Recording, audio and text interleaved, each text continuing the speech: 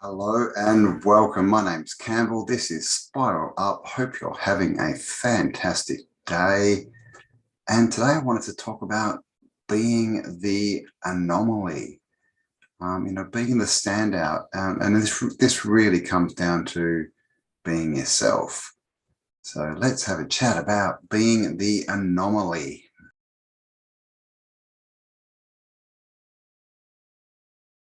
All right, so this is an idea I've been playing around with for a while, and kind of touched on it in my chats with Howdy, Rules of the Realm. If you haven't seen that, go check it out. It's on this channel. But being the anomaly, now, if we look at this, as a simulation, if we're in a simulation that's run by a computer, then what would happen is it would want most people running on the same program because that would save it energy, save it power. And so by doing, by not conforming and not running to that program, what we do is we make, the computer has to focus on us, and it has to put a lot of power into, creating the experience that we experience, because obviously, if it's a simulation, everything is created as we go through it by this computer. Now, it would have to work really hard, basically to make reality make sense to us. And I mean, look what's going on now at the moment, right? So many people are waking up that it doesn't have the power to create all these different realities for people's different thoughts and their questions. So when we're the anomaly, we are literally stepping out of the bounds and out of the control of this, controlling program.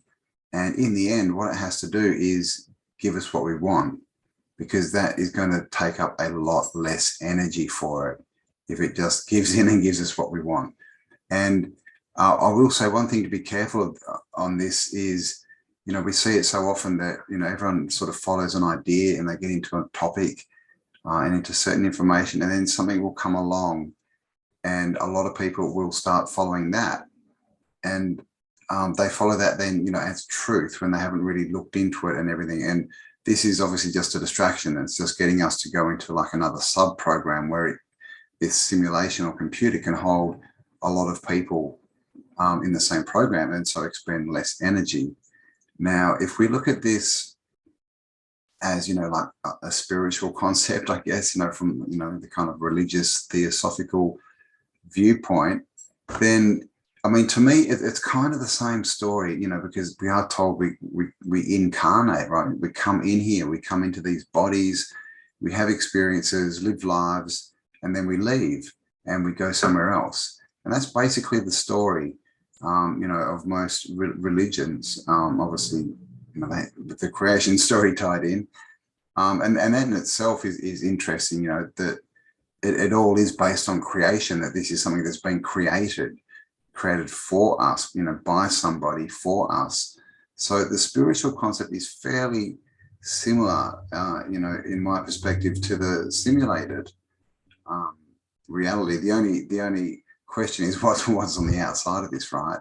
But in the spiritual concept, if we're in this world and we're here to experience and grow and all this kind of stuff, and it's run by, a malevolent being, a god, then the same thing, right? It would want us to grow and to do things and to learn, right? And to do that, we have to do things differently from the norm. If we just do what the normal people are doing and, go to work, wake up, go to work, have lunch, come home, pay the bills, watch TV, go to sleep and do it all again, then we're not exploring, we're not growing, we're not expanding the consciousness, because a big part of, the spiritual religious, sort of ideology is that, where God experiencing itself, I mean, it might be more spiritual ideology, but, where God, the creator, experiencing itself. So it's going to want us to experience things so that it can, interact with these experiences. So in that viewpoint as well, it's best to be the anomaly.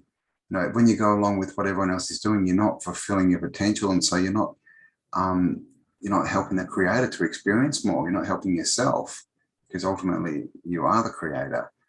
And then we can go along the lines of, the prison planet, right? And there's definitely merit to this idea. I'm not saying we are in a prison planet, but I definitely think that there's, did I say malevolent before? I meant benevolent, for a benevolent God. But at the moment, it seems like a malevolent for bad, evil force has come in, and we're told this again, right? A lot of old stories, books, theosophy, something has come in, some kind of devil or archon or demiurge, and it's basically playing. It's taking over, right? He wants to control us and parasite off us and all this kind of stuff. And again, if we fall into that routine of what it wants us to do, then we're aiding evil, right? We're aiding something that we don't want. And so little things like just reacting to people differently, doing spontaneous things, not being on time, or we have this discussion with Howdy. It's not being on time. It's not being early or late. Or on time. It's being random. Sometimes you'll be late, sometimes you'll be on time, sometimes you'll be early.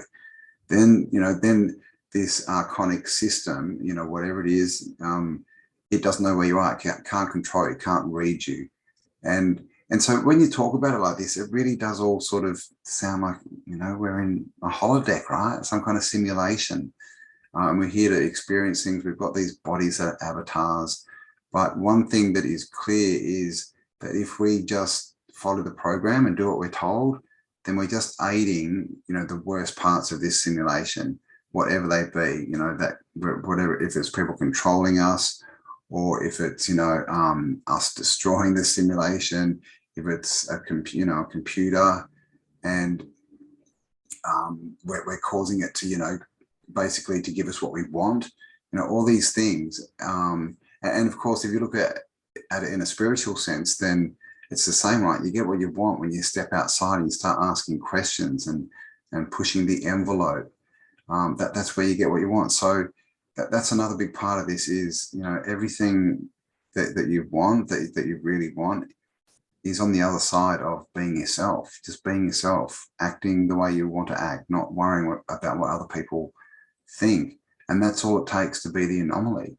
We can't plan to be the anomaly, right? Because then that's a plan. It's got to be this spontaneous thing that comes from just connectedness and being yourself, and having, the courage to be yourself and to stand up and to be who you are. And that's ultimately, I think, the biggest lesson down here, right, is to realize who we are and how powerful we are. Because, when we're over this, we go back into these light bodies, apparently, right? Energy, we lose the physical heaviness, and then we will have all these powers. So, we've got to be worthy of that first, I think.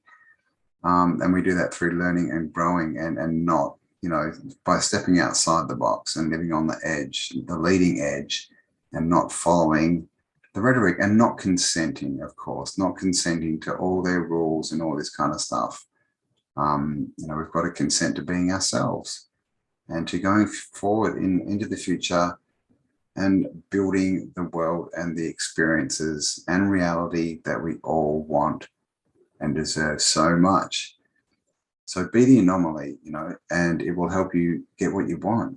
Step outside the boundaries, and you become much more of a creator, much more of a creative force that can manifest things that you want to experience.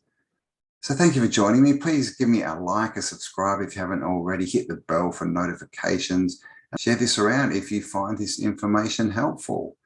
And of course, have an amazing day, and I'll talk to you all on the next upload. Bye for now.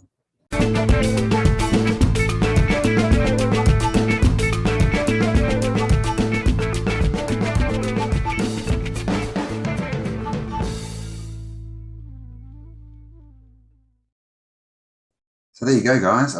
Be the anomaly. If you want what you want, God, if I can speak.